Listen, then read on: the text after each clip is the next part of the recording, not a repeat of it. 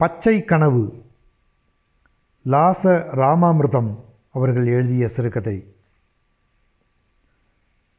முதுகு பச்சையாய் கன்றிப் போக காயும் வெயிலில் முற்றத்தில் உட்கார்ந்து கொண்டு நேற்றிரவு கண்ட கனவை மறுபடியும் நினைவில் எழுப்ப முயன்றான். கனவற்ற தூக்கமே என்றும் இல்லை. எனினும் விடிந்ததும் அக்கனவுகள் மறந்துவிடும். ஆயினும் நேற்றிரவு கண்ட கனவு அப்படி அல்ல. பச்சை கனவு. உடல் மேல் ரோமம் அடர்ந்தது போன்று பசும் புல்தரை போர்த்து நின்ற 4 மண் குன்றுகள். அவை நடுவில் தாமரை இலைகளும் கொடிகளும் நெருங்கி படர்ந்த ஒரு குளம். சில்லிட்ட தண்ணீரில் காலை நனைத்து கொண்டு அண்ணாந்து படுத்திருந்தான். கை கெட்டிய தூரத்தில் பச்சை கத்தாழையும் அதன் பக்கத்தில் சப்பாத்தி புதரும் மேல் ஒரு பச்சை வண்டு ரீங்காரித்து கொண்டே வந்து மோதிற்று. ராமா ராமா ராமா, இன்னைக்கு என்ன உங்களுக்கு? இப்போதான் கூடத்தில் உட்கார வைத்து விட்டு போனேன். மறுபடியும் வெயிலில் குந்தி கொண்டிருக்கிறீர்களே, உங்களுக்கு என்ன நிலா காயறதா? நிலா என்றதும் மற்றும் ஒரு நினைவு எழுந்தது.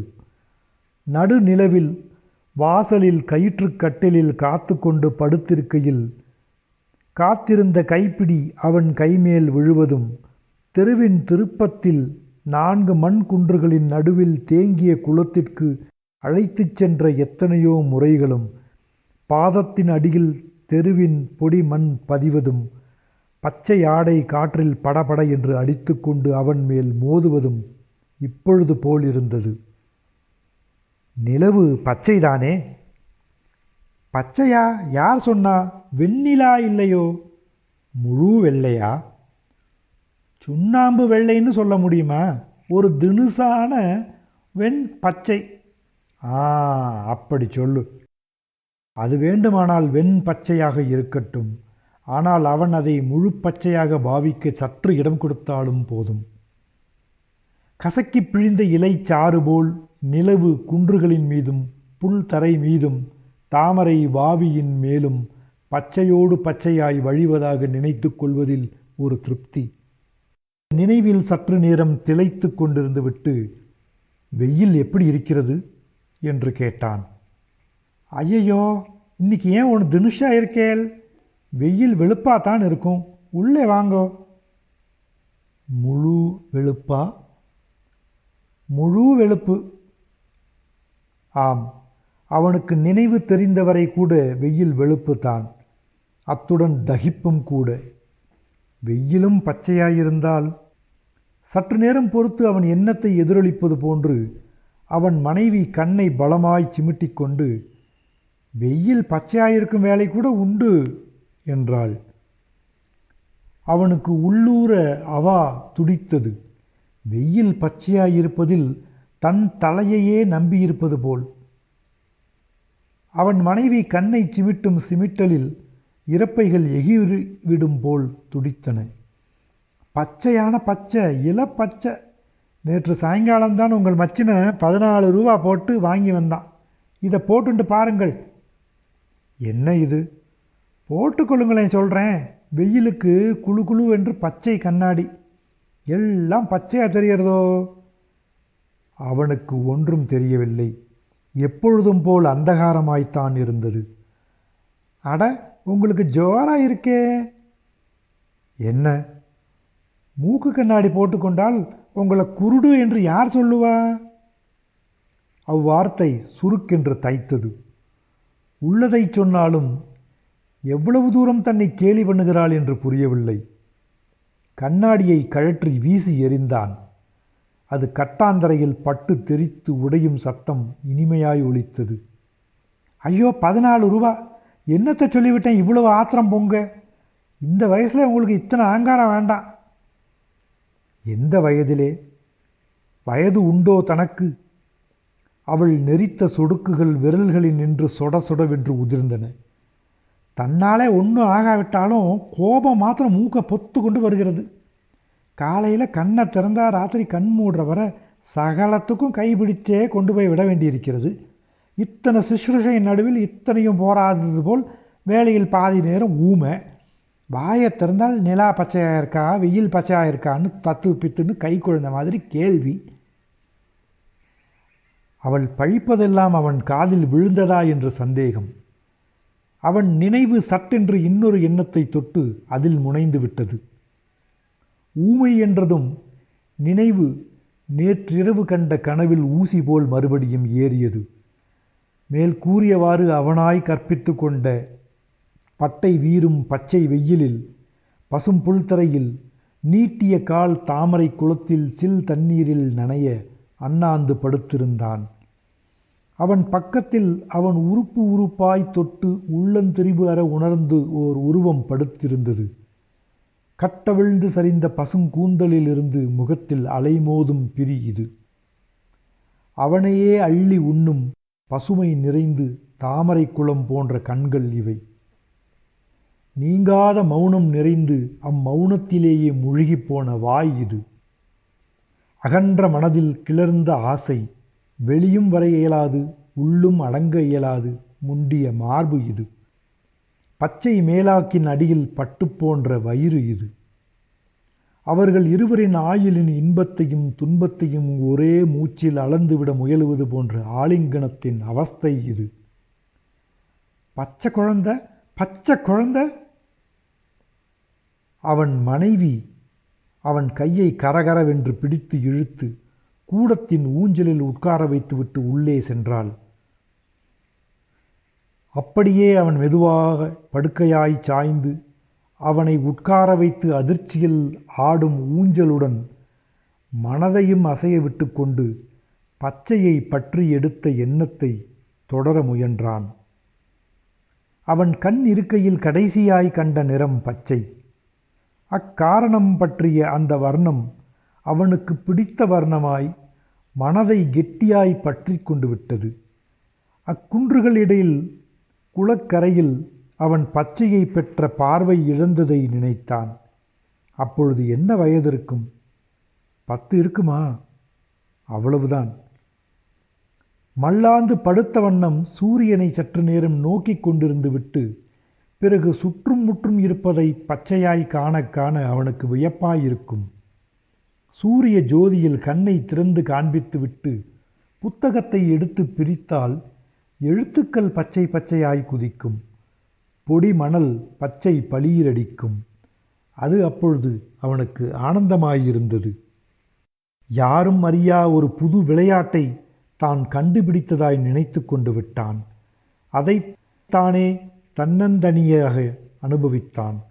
அப்பொழுதுதான் ஒரு மாதத்திற்கு முன் தாயை இழந்த துக்கத்தை சற்றேனும் மறக்க இவ்விளையாட்டு அவனுக்கு ஆறுதலாயிருந்தது. ஆயினும் அவன் கண்டுபிடித்த 3ஆம் நாளே மாவிளையாட்டு தானே முடிவடைந்தது.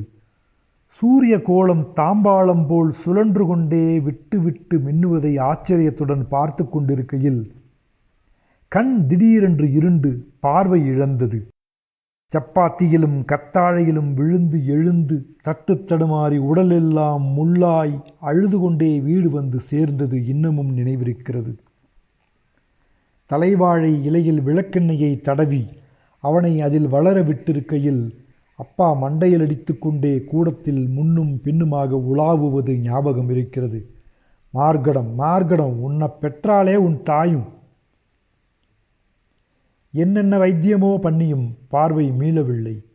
ஏற்கனவே கண்ணில் கோளாறு இருந்திருக்கிறது. இனி ஒன்றும் இயலாது என்று பட்டணத்து வைத்தியனும் கைவிட்டு விட்டான். செயலற்ற விழிகளை எடுத்த வண்ணம் அவன் கூடத்து தூணில் சாய்ந்து கொண்டிருக்கையில் அப்பா மண்டையில் மறுபடியும் திரும்ப திரும்ப அடித்து கொண்டார். நன்னா வந்து சேர்ந்தையே நமக்கென்று. என்ன பண்ணினாய்?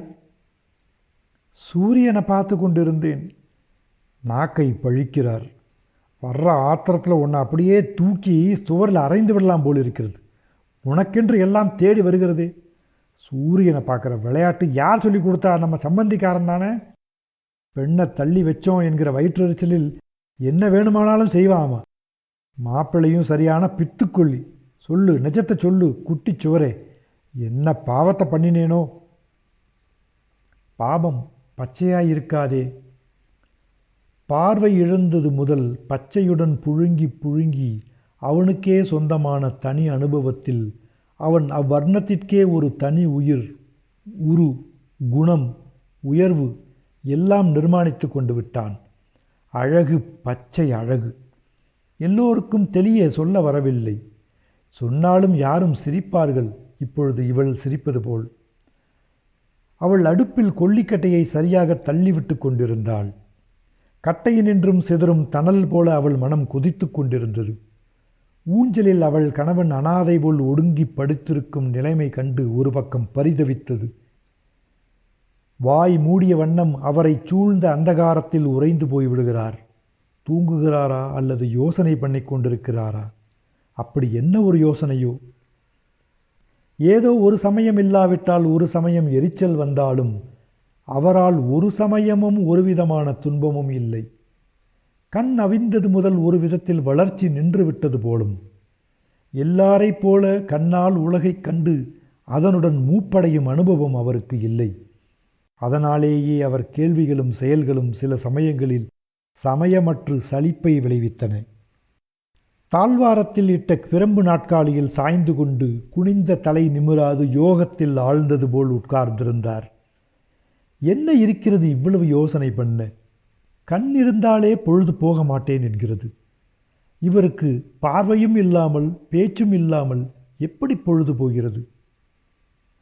மாலை முதிர்ந்து இருள் தோட்டத்தில் வாழை மரங்களிலும் வைக்கோல் போரிலும் கிணற்றடியிலும் வழிய ஆரம்பித்தது. வானம் அப்பொழுதுதான் தூக்கம் கலைந்தது போல் அதன் பல்லாயிரம் கண்கள் ஒவ்வொன்றாயும் ஒருங்கொருங்காயும் விழித்து சிமிட்ட ஆரம்பித்தன. களத்தில் சாதம் போட்டிருக்கேன், சாப்பிட வாங்கோ. ஓஹோ, சாப்பிடாதபடி என்ன நடந்து விட்டது? கண்ணாடி போனால் பீழை தொலைஞ்சுது. நீங்கள் வாங்கோ. இல்லை, எனக்கு வேண்டியில்லை, வற்புறுத்தாதே, நான் மாடிக்கு போகிறேன். அவன் படிப்படியாய் தொட்டு மாடி ஏறுவதை பார்த்து கொண்டிருந்தாள். ஏதேது இந்த தடவை கோபம் மீறிவிட்டாப்போல இருக்கே, சமாதானப்படுத்த வேண்டியதுதான். மாடிக்கு போய் ஜன்னலண்டை போட்டிருக்கும் குறிச்சியில் சாய்ந்தான். தென்றல் நெற்றி வியர்வை ஒற்றியது. கீச் கீச். இரவில் கண்ணிழந்து அவனைப் போலவே தன்னந்தனியான பறவை இடம் தேடி அலைகிறது. கீச் கீச் கீச் கீச். கிளி, பச்சை கிளி. அவள் மாடி ஏறி வரும் சத்தம் கேட்டது. எதிரே மேஜை மீது டம்ளரை வைத்தாள். என்னது? பால், பசும்பால், பச்சை பால். அவன் குறிச்சி கையை பிடித்தவாறு மண்டியிட்டாற்போல் அவன் காலடியில் உட்கார்ந்தாள். அவள் விரல்கள் அவன் கைமேல் பட்டன. மெதுவாய், கோபமா? இல்லையே. நிஜமாகவே இல்லைதான். நேற்றிரவு கண்ட கனவு எழுப்பிய நினைவுகளுக்கு அவள் என்ன செய்வாள்? பின்ன ஏன் ஒரு மாதிரி இருக்கேள்? நான் நேற்று இரவு ஒரு கனா கண்டேன். உன்மேல் கோபமில்லை என்றால் நம்பு. தப்பு என்மேல். இல்லை, என்மேல்தான். உங்களுக்கே தெரியும். இல்லை, ஒருத்தருக்கொருத்தர் இப்படி பரிமாறிக்கொள்வதற்காக நான் சொல்லவில்லை. என்னை சமாளிப்பது கொஞ்சம் கஷ்டம்தான். நீயும் உன் தம்பியும் இப்படி கொஞ்சம் இடமாற்றலாய் எங்கேயாவது போய் இருந்துவிட்டு வாருங்களேன். அடேயப்பா, ரொம்ப ரொம்ப கோபம் போல இருக்கு. எனக்கு புகலிடம் ஏது? உங்களுக்கே தெரியும், நானும் தம்பியும் அனாதை என்று.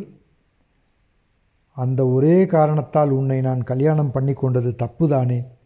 எனக்கு ஆதரவை முக்கியமாய் நினைத்து உன்னை மணந்தது உன்னை ஏமாற்றியது போல்தானே? உனக்கு திக்கில்லாததை என் சௌகரியத்திற்காக உபயோகித்து கொண்டு விட்டேன். ஆனால் நானும் திக்கில்லாதவன்தான். அதனால் என் காரியம் எனக்கே தெரியவில்லை. அதெல்லாம் ஒன்றுமில்லை என்றாள். குருடனை கல்யாணம் பண்ணிக்கொள்ள திக்கென்றுதான் இருந்தது.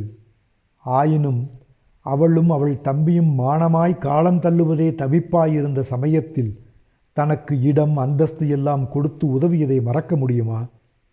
எவ்வளவு நல்லவர்! கண்ணொன்று இல்லை தவிர மற்றெதில் அவரிடம் குறை. ஆயினும் அவள் மனதில் தோன்றியது நன்றியா அல்லது ஆசையா? சே, என்ன சங்கடமான கேள்வியெல்லாம் கேட்கிறது இந்த குழந்தை. கொஞ்ச நாழி ஜன்னலுக்கு வெளிப்பக்கமாய் முகத்தை திருப்பிக் கொண்டிருந்தாள். உனக்கு ஒரு மூத்தாள் இருந்தாள் என்று உனக்கு தெரியுமோ? அவளுக்கு தூக்கி வாரி போட்டது.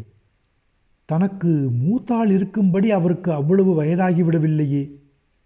இன்னமும் இருக்கிறாளா? அவரை பற்றி அவளுக்கு என்ன தெரியும்? எங்கள் கல்யாணம் கிராமாந்தர கல்யாணம். அவள் பிறந்த வீடு அடுத்த தெருதான். எனக்கு கண் போவதற்கு முன்னாலேயே கல்யாணம் நடந்துவிட்டது. என் தகப்பனார் வைதீகம். சாரதா சட்டம் அமலுக்கு வரும் முன்னர் அதை சபித்துக்கொண்டு நடந்த அவசர கல்யாணம். எனக்கு அவளை என் கண் இருக்கையிலேயே சரியாய் கண்ட நினைவில்லை. எல்லாவற்றையும் மறைத்த ஓமப் புகையும் வைதீக கூட்டமும் தான் ஞாபகம் இருக்கிறது. ஆனால் கல்யாணமான பிறகுதான் குட்டு வெளியாயிற்று. பெண்ணுக்கு பேச்சு கொச்சையாய் கூட வரவில்லை. படு ஊமை, அத்துடன் படு செவிடு.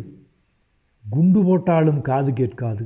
அவள் பண்ணின பாபம் ஏக பாப ஜன்மங்கள். அப்பாவுக்கு சம்பந்தி மேல் குரோதம் பிறந்து விட்டது. தன் அவசரத்துக்கு தகுந்தாற்போல தன்னை சம்பந்தி ஏமாற்றி விட்டதாக எண்ணிக்கொண்டு விட்டார். சீர்வரிசை எல்லாம் அப்படியே திருப்பினார். பெண்ணோ பெண் வீட்டாரோ தன் வாசல் படி மிதிக்கக்கூடாது என்று தீர்த்து சொல்லிவிட்டார். எங்க அப்பா முரடு, கிராமத்துக்கு பெரிய மனுஷன் என்றும் பெயர். அப்புறம் கேட்பானேன்? எனக்கு என்ன அப்போ தெரியும்? அப்பா எனக்கு மறுமணம் செய்வதாக கூட யோசித்து விட்டார். ஆனால் அதற்குள் நான் என் கண்ணை அவித்து கொண்டது அவர் மூக்கை அறுத்தாற்போலாயிற்று. என் மாமனாரும் சந்தோஷந்தானோ என்னவோ. வேணும் அந்த பயலுக்கு, குருட்டு மாப்பிள்ளைக்கு ஊமை பெண் குறைந்து போயிற்றா என்று பதட்டமாய் பேசிவிட்டார். இரு குடும்பங்களுக்கும் இடையே வைரம் முற்றிற்று. நான் குருடர்களின் உலகம் குறுகி விடுகிறது. நினைத்தவிடம் போக முடியுமா, வர முடியுமா, 4 பேருடன் இஷ்டப்பிரகாரம் சேர முடியுமா? எல்லோரும் எவ்வளவோ பிரியமாயிருந்த போதிலும் அவர்களின் இரக்கம் ஏளனமாய்த்தான் படுகிறது. அவளுக்கு இருப்பது எனக்கு இருக்கிறதா? ஆகவே எப்பவும் நான் தன்னந்தனியன்தான். நான் வீட்டில் இல்லாத வேளையில், வேலையில்லாத வேளையிலும் குளக்கரையில் உட்கார்ந்து கொண்டு கல்லை ஜலத்தில் விட்டெறிந்து கொண்டிருப்பேன். அதுதான் என் வீட்டுக்கு கிட்ட. அங்கு ஒருவரும் வருவதில்லை. அந்த ஜலம் ஸ்நானத்திற்கு உபயோகமில்லை. நான் எதற்கும் பயனற்று போன பிறகு பதுங்கும் இடம் அப்பயனற்ற குளக்கரைதான். நான் அங்கே உட்கார்ந்து கொண்டு என்னென்ன நினைத்திருப்பேன் என்று கேட்டால் எனக்கு நிச்சயமாக சொல்லத் தெரியாது. வயது ஏற ஏற கூடவே ஊறும் வேதனை இன்னதென்று நிச்சயமாய் எங்கே தெரிகிறது? ஒரு பகல் 12 மணிக்கு மண்டையை பிளக்கும் வெயிலில் அங்கு உட்கார்ந்து கொண்டிருந்தேன். பின்னால் யாரோ நிற்பது போல் திடீரென்று தோன்றிற்று. யாரது? பதில் இல்லை. பகீர் என்றது. ஆனால் பயத்தால் இல்லை. யாரது? என் மேல் ஒரு கை பட்டது. முரட்டுத்தனமாய் அக்கையை பற்றி இழுத்தேன். அவள் சாயும் கணம் தாங்காது அப்படியே நான் சாய்ந்தேன். பிடித்து இழுத்த வேகத்தில் நிலை இழந்து அவள் என் மேல் விழுந்தாள். ஒரு பெரும் மூர்ச்சை எங்கள் இருவர் நினைவையும் அடித்துச் சென்றது. எனக்கு அப்பொழுது வயது 18. யாரது? என்ன அர்த்தமற்ற கேள்வி என் கேள்வி. அன்று முதல் நாங்கள் என்னென்ன பேசினோம்? என்ன பேச முடியும்? பேச என்ன இருக்கிறது? எங்கள் பச்சை நரம்பில் துடிக்கும் இரத்தத்தின் படபடப்புத்தான் எங்கள் பாஷை. நான் தான் பச்சை பச்சையாய் சொல்கிறேனே. எனக்கு இஷ்டமானதெல்லாம் பச்சையாய் காண விரும்பும் ஒரு இஷ்டத்தில் அன்று முதல் அவளுடன் கழித்த வேலைகளெல்லாம் பச்சையாயின. பச்சை பகல், பச்சை இரவுகள். நான் இப்பவும் யோசிக்கிறேன். நாங்கள் புள்ளிய வேகத்திலேயே எங்கள் எலும்புகள் நொறுங்கி இருவருக்கும் ஒரே சமயத்தில் ஏன் சாவு சிந்திக்கவில்லை? அச்சாகவே புது பிறப்பாயிருக்கும். அல்லது இரவிலோ பகலிலோ குறைவிலாது நடமாடும் பூச்சி பொட்டுகள் ஏன் பிடுங்கிக் கொள்ளவில்லை? அல்லது துர்தேவதைகள் வாயிலும் மூக்கிலும் செவியிலும் இரத்தம் குபுகுபுக்கு அரைந்து ஏன் எங்கள் உயிரை குடிக்கவில்லை? விதி, விதி, விதி. இதெல்லாம் நிஜமாக நடந்திருக்க முடியுமா? ஒரு சமயம் என்னையே கேட்டுக்கொள்கிறேன். நடக்கிறதே, என்ன சொல்கிறாய் என்று அவள் உருவம் என் மனதில் பச்சையாய் எழுந்து அவள் ஊமை வாய் என்னை கேட்கிறது. குளக்கரையில் பசும் புல்தரையில் நாள் தவறாது உட்கார்ந்து உட்கார்ந்து என்னுள் ஊறிய பச்சை தாபமே என்னையும் அறியாது மாறி மாறி தோன்றும் குருட்டுக் கனவாயிருந்ததாலோ? ஓஹோ, நீ கண்டது குருட்டுக் கனவானால் நான் கண்டது ஊமை கனவா என அவள் உரு என் காணாத கண்கள் காண பேசாத வாயால் என்னை கேட்கிறது. எல்லாமே கனவாயின் பிற நேர்ந்தனவும் கனவா? பின் நேர்ந்த நனவின் முந்தைய இரவு இப்பொழுது என் முன் எழுகிறது. சித்திரையின் சந்திரிகையாம், ரொம்ப உசத்தியாமே, அப்படித்தானா? நிலவின் ஒளி கூட கண்ணு உறுத்துமோ? ஏனெனில் என் கண்ணிமை மேல் 2 சொட்டுக்கள் கண்ணீர் உதிர்ந்தன. என் கைகள் அவள் கண்களை தேடின. அவள் என் கைகளை பற்றி தன் வயிற்றில் வைத்து கொண்டாள். அவள் பச்சை வயிறு ஏன் குதித்ததோ? என் மேல் சாய்ந்திருந்த அவள் உடல் விம்மி குலுங்கிற்று. அவளை விட நான் துர்பாக்கியசாலியா? என்னை விட அவளா? யார் அறிவார்? ஏனோ இன்றில்லாவிடனும் என்றேனும் நீ எனக்கு சொல்ல வேண்டும். தூங்குவதற்கும் விழித்திருப்பதற்கும் என்ன வித்தியாசம்? எனக்கு 2ம் ஒன்றாயிருந்தது. எப்பவும் இருள்தான். வெயில் உடலில் உரைத்தால் அது பகலா? அப்புறம் வெயில் ஆகாது. திருக்குறட்டில் நான் கட்டிலில் படுத்துவிட்டால் அது இரவா? இப்பொழுது நான் தூங்குவதாக அர்த்தமா? தூக்கம் நிஜமா, விழிப்பு நிஜமா? தூங்குகிற சமயத்திலாவது உருவமற்ற உருக்கள் என் கண்ணுள் தோன்றி மறைகின்றன. என் பெண்டாட்டி ஏன் இன்று அழுதாள் என்ற கேள்வியே உருவமற்ற உருவாய் எனக்கு தோன்றுகிறாற் போல் இருக்கிறது. ஆகையால் நான் தூங்குகிறேனா விழித்து கொண்டிருக்கிறேனா என்றெல்லாம் யோசித்து கொண்டிருக்கும் அரை நினைவு நிலையில் வாசல் கதவை யாரோ தடதடவென்று அவசரமாக தட்டினார்கள். என்ன? என் தகப்பனார் அலறி அடித்து கொண்டு உள்ளிருந்து ஓடி வந்தார். சமாச்சாரம் கேட்டியோ? உன் நாட்டுப்பெண் திடீரென்று செத்து போயிட்டாளாம். அப்பா மேல் துண்டு போட்டுக்கொள்ளவும் மறந்து அவசரமாய் அவர்களுடன் ஓடினார்.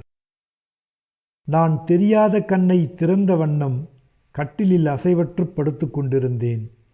ஒரு விஷயம் நன்றாக புலனாயிற்று. விடிந்து விட்டது. ஆகையால் நான் விழித்து கொண்டுதான் இருந்தேன். என் கண்ணில் பொட்டு ஜலம் கூட இல்லை. சற்று நேரம் பொறுத்து யாரோ இருவர் என்னை பிடித்து மாமனார் வீட்டுக்கு கூட்டிச் சென்றனர். எப்படிப்பட்ட மாப்பிள்ளை வருகை! கூடத்தில் பிணத்தை கிடத்தியிருந்தது. கையில் மண் செப்பில் அவள் குடித்தது போக பாக்கி சாறு எஞ்சியிருந்தது. அந்த செப்பை தொட்டேன். பிறகு அவள் உதட்டை தொட்டேன். பச்சையாய்த்தான் இருக்க வேண்டும். வீட்டு கொல்லைப்புறத்தில் வைத்தியத்திற்காக வேண்டிய விஷப்பூண்டு ஏதோ பயிரிட்டிருக்கிறது. எல்லோருக்கும் தெரிந்த விஷயம். விஷத்தை அப்படியே பொசுக்க முடியவில்லை. புது மணியக்காரர் ஊருக்கு புதுசு. கொஞ்சம் பயந்த பேர் வழி. யாருக்கும் தெரியாமல் அவரே பக்கத்து ஊரிலிருந்து போலீஸ், டாக்டர் எல்லாம் அழைத்து கொண்டு வந்து விட்டார். ரண வைத்தியர் பிணத்தின் வயிற்றை கிழித்தார். வயிற்றில் 3 மாதத்து சிசு. ஊரே பற்றி எரிந்தது. அப்பா நடுங்கிப் போனார். இதைத்தான் தெரிவிக்க முயன்றாளோ? இதுதான் அவள் தெரிவிக்க முயன்றபோது எனக்கு தெரியவில்லையோ? ஒருவேளை தெரியாமலிருப்பதே மேலென்று உயிரை மாய்த்து கொண்டாளோ? தெரிந்துதான் நான் என்ன செய்ய முடியும்? ஏற்கனவே குருடு. இத்துடன் பெரியவர்களின் ஆசி பெறாத குழந்தை பிறந்த அவமானத்தையும் சுமத்துவானேன் என்ற எண்ணமோ? இத்தனை பகை நடுவில் பயிரான உறவை பாதுகாப்பதில் சட்டென்று சலிப்பேற்பட்டு விட்டதோ? நாங்கள் பாவத்தை இழைத்து விட்டோம் என்ற பயமா? இல்லை, எங்கள் ரகசியம் எங்கள் இருவரோடு மட்டும்தான் இருக்க வேண்டும் என்று அது பகிரங்கமாகும் முன் அவள் இவ்வுலகத்தை விட்டு புறப்பட தீர்மானித்து விட்டாளோ? இந்த உறவு உருப்பட பிறக்கவில்லை என்று உணர்ந்தாளோ? அந்த குழந்தை என்னுடையது என்று நான் சொல்லியிருந்தாலோ கதை முடிந்துவிடும். புதிர் போல் எல்லாம் வெளியாயிருக்கும். இந்த 3 மாதங்களும் ஊரின் பொது சொத்தாயிருக்கும். அவள் நினைவு எனக்கே சொந்தமாயிருத்தல் தான் எனக்கு இஷ்டம். என் சுயநலத்தால் நான் பயந்தாங்கொல்லியாய் இருந்துவிட்டு போகிறேன். அவள் பெயருக்கு விழுந்த களங்கம் நீங்காவிட்டாலும் பரவாயில்லை. உயிருடன் இருந்த சமயத்தில் எங்கள் பாரத்தை குறைக்க யார் என்ன செய்து விட்டார்கள்? செத்த பிறகு அவள் தலையில் பூச்சூடாவிட்டால் பரவாயில்லை. உயிர் நிலையின் ஒரே மூச்சு போன்ற அம்மூன்று மாத பச்சை கனவின் மிச்சம் நான்தான். இருந்தும் ஓரொரு சமயம் என் மனம் அக்கொலையுண்ட குழந்தைக்கு ஏங்குகிறது. அது உயிருடன் இருந்தால் எனக்கு ஆறுதலாயிருக்குமோ? இது எவ்வளவு அசட்டத்தனமான யோசனை! எனக்கு உடனே தெரிகிறது, அது உயிருடன் இருந்தால் அவளும் உயிருடன் இருக்க மாட்டாளா? ஒன்றினின்று மற்றொன்றை பிரித்து சிந்திப்பது எவ்வளவு அர்த்தமற்று இருக்கின்றது. அவள் போனால் அக்குழந்தையும் போக வேண்டியதுதான். இம்மனத்தின் நிலையை என்ன என்று சொல்வது? அவள் மனதில் முடங்கிக் கிடந்த பாசம் எழுந்த ஆவேசத்தில் தொண்டையை முட்டியது. குறிச்சியில் சாய்ந்தபடி அவனை அப்படியே அணைத்து கொண்டாள். நான் திடீரென்று மனம் குழந்தை கனிவில் அது மான வெட்கத்தை விட்டது. இதுக்கென்ன, நமக்கு வர்ற வருஷம் குழந்தை பிறக்காதா என்றாள். அந்த யோசனை அவள் மனதில் உறுத்தும் குறைக்கு ஆறுதல் அளித்தது. ஆம், வாஸ்தவந்தான். ஆனால் பெண்ணாய் பிறக்க வேண்டும். பெண்ணுக்கு நல்ல பேர் வைக்க வேண்டும். என்ன பேர் வைப்போம் என்று ஆசையின் அதிசயிப்புடன் கேட்டாள். அவன் கண்கள் ஒளியை பெற்றன போல் விரிந்தன. பச்சை